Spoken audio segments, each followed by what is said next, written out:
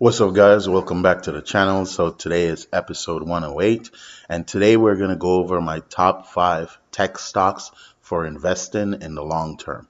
All right, so number one we have on the list, we do have Microsoft. And the reason I like Microsoft is a multifaceted company, meaning that they have several different ways to make revenue. And as a result of that, it's very hard to stop a company like this. It just keeps snowballing. There's a reason why you'll see Microsoft in the higher percentile of most of the super investors' portfolios. It gets gains and it gets results, and that's because this company has just been slowly dominating pretty much any industry that they go into. All right. So they're at one point they were behind on gaming, and now they're the dominant company in gaming. So Microsoft actually now has 61% market share of gaming. So they have pretty much used the years where PlayStation wasn't available, the PlayStation 5 wasn't readily available, and they used that time frame to just kind of gain momentum because the Xbox was always available. Also, I remember during that time frame, even though their online gaming was, it was fee based, meaning you had to pay for it, and PlayStation's was free, they still had more online users. So they're dominating in terms of gaming. Microsoft is just a dominant force. The next thing that Microsoft dominates is platforms. All right. So right now, Windows, I would say Windows represents a significant portion of platforms on computers, meaning Microsoft Windows. So yes, you have a couple of different systems. You have Linux, you do have the Apple OS, but Windows is by far the dominant system. Whether it's Windows 10 or the older Windows XP, it's just a dominant system. And one of the things I like to look for is companies who are so dominant in their industry that they're almost like a monopoly. Yes, I know that comes with like antitrust issues, but when you dominate that space, you pretty much have a stranglehold on it. And the bar to entry, meaning for your competitors, is usually so high, they don't do it. They just find something else to get into. So Microsoft is just really, really, really a dominant force. If we look at Microsoft here over max time, ROI is 781%. So Microsoft is number one on my list. Let's jump right into number two. All right, number two on my list is going to be Google, and pretty much for the same reason. Now, Google's business module is pretty much it's a software company, but they use software to pretty much gain advertising dollars. So essentially, they do advertising. That's I would say the bulk of their business, but it's based around software creation. So again, what I like about Google is the fact that they're dominant in their industry. All right. So Google search, if you look at it, I believe I'll throw the numbers up on the screen, but believe like on computers, it's about like 80 something percent. All right. That's their dominance in terms of market share. And on smartphones, it's like 90 something percent. So much so to the point when you hear like these reporters refer to Google, they'll say Google is a verb. People don't even say search anymore. They just say Google it, you know. And they face their fair share of, like antitrust lawsuits, but they have also sat down with a lot of the other people who have access to the internet, and they've struck deals with them saying, hey, listen, you know what? We're dominant. We're still going to be dominant. You can become, a part of the party. We'll pay you XYZ. So for example, they'll tell Apple, hey, we'll pay you, 50, 60 million a year just to have Google pop up as the homepage on Safari, which is the web browser that Apple uses. And they've done this throughout, several different companies. And as a result of that, they're just dominant. Even if they didn't do that, they would still be dominant. And, they're just winning. So they dominate search. They also dominate, I would say, probably online entertainment as far as video streaming goes. A lot of people don't realize, but YouTube, which is owned by Google, is a big competitor to Netflix. It is. you know. And when you look at the metrics for a lot of these companies, they consider watch time, and YouTube has some significant watch time. All right. And then again, that's another stream of revenue for Google. Similar to Google search, because with Google search, they do have a program called AdSense where they share revenue with content creators. They also have a revenue sharing program with YouTube as well. So when content creators make videos, and ads are displayed on those videos, Google gives them a portion of those earnings. So they dominate in terms of regular computer search, online streaming with YouTube, and they also dominate with operating systems as well for phones. They are the dominant operating system on phones. At one point, it was Apple. They have since blown Apple out of the water. I'll throw the numbers up on the screen, but they're definitely dominant with their Android Auto system. In cars as well. So the Android system, it's also on computers, but they're nowhere as dominant as say Microsoft in terms of an operating system. They have a set of computers called Chromebooks, and yes, they're available in some schools, but Microsoft is still dominant in the computer operating system realm. But Google is definitely in that space as well. But in terms of phones and the system in cars, Android Auto, they're also dominant on that platform. So I like Google for that particular reason, and that's why I'm heavily invested in them again. As you can see up on the screen, over max time, Google is up 6,973%, and this stock just keeps growing. It's also very heavy on cash, which is something else that I like. Let's jump into the next one. All right, so next up on the list, we do have Amazon. Amazon is another tech company that I like simply for the fact that they're dominant in their spaces. All right, so Amazon actually has a stronghold in two different segments, much like the other two companies that I mentioned before, Microsoft and Google. Amazon is actually dominant in terms of online sales, by far the number one company. They started out just, selling books, and then it just evolved into pretty much they sell everything. They also use their website as a platform for other sellers to sell their products, and they also collect data that they use to their benefit. I will say that. So in terms of online sales, Amazon is very dominant. All right. Almost everybody orders from Amazon, and you drive through any neighborhood and you'll see a bunch of Amazon vans just doing deliveries on a daily. They have made deliveries like their number one thing, so much so to the point that at one point they were using UPS.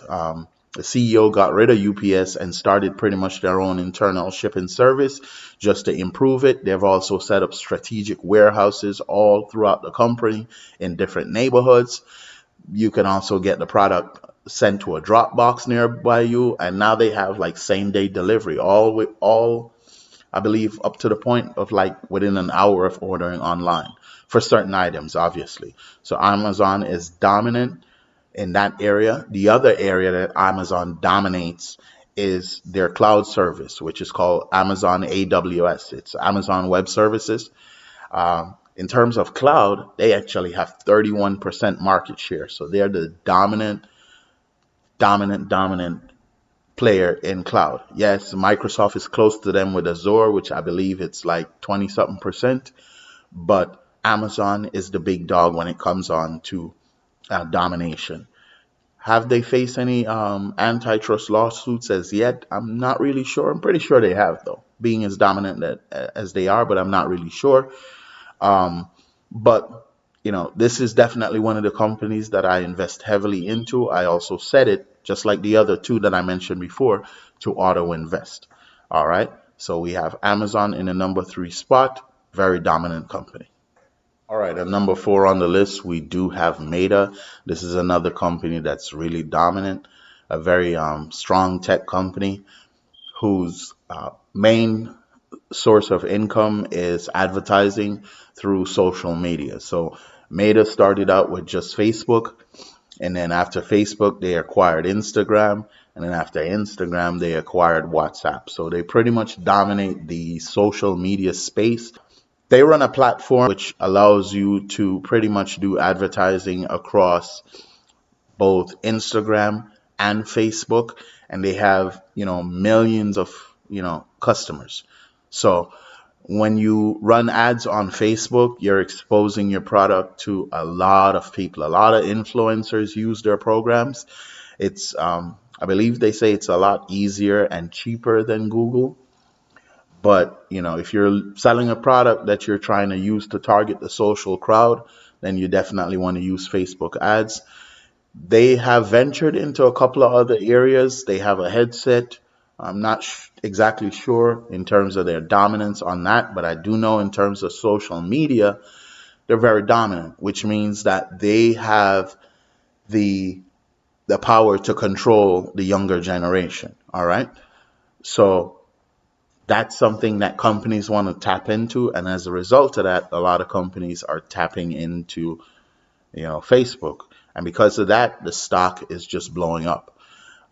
If you look at Meta over max time, as you can see, it is up 1,121% in terms of ROI.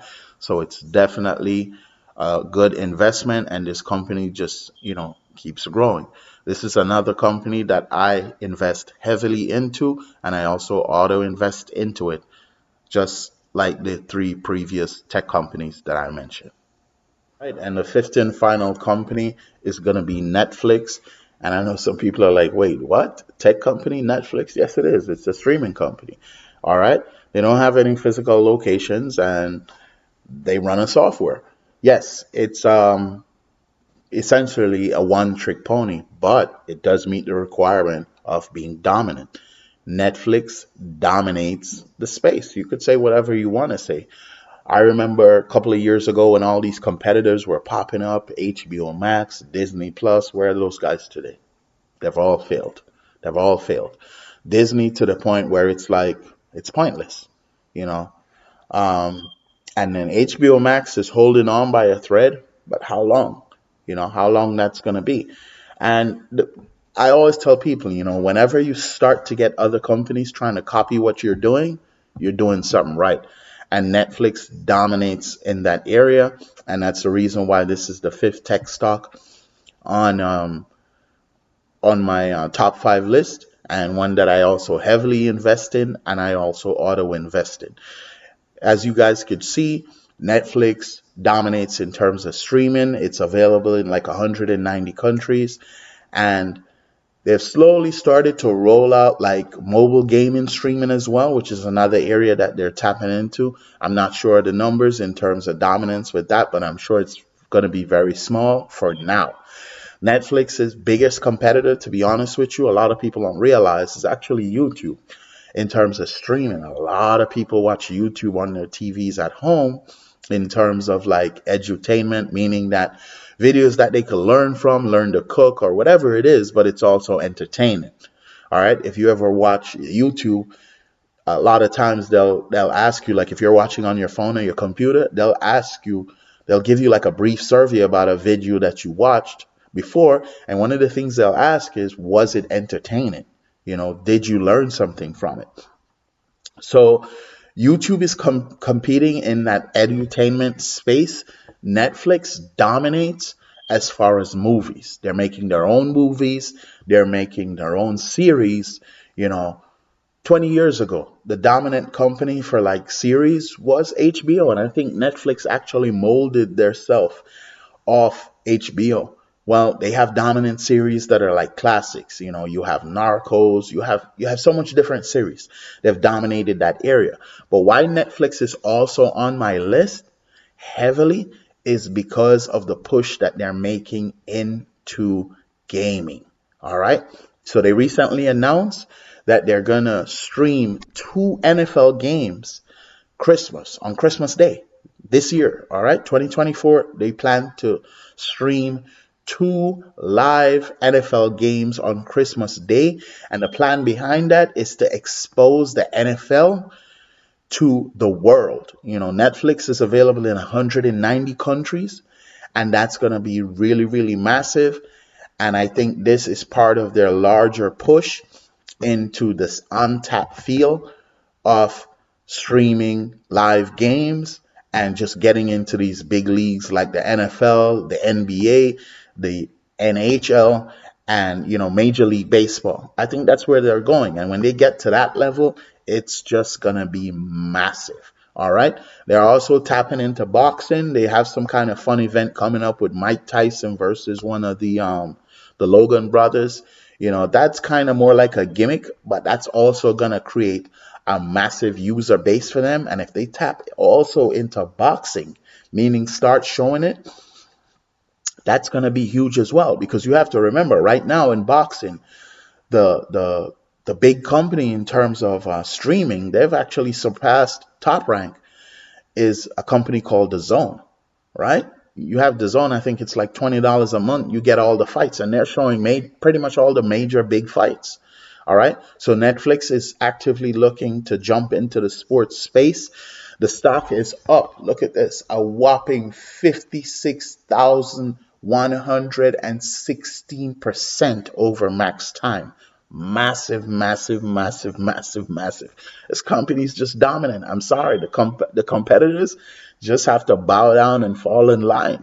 Try to get your little crumbs that we leave after we finish eating, because we're the dominant force in this space, and they're leveraging their revenue, which is massive from all the subscribers worldwide.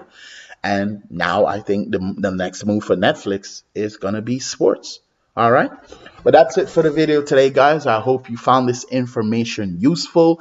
If you did, consider subscribing. I make new videos like this every day. Go ahead and like this video, share it with a family member or friend.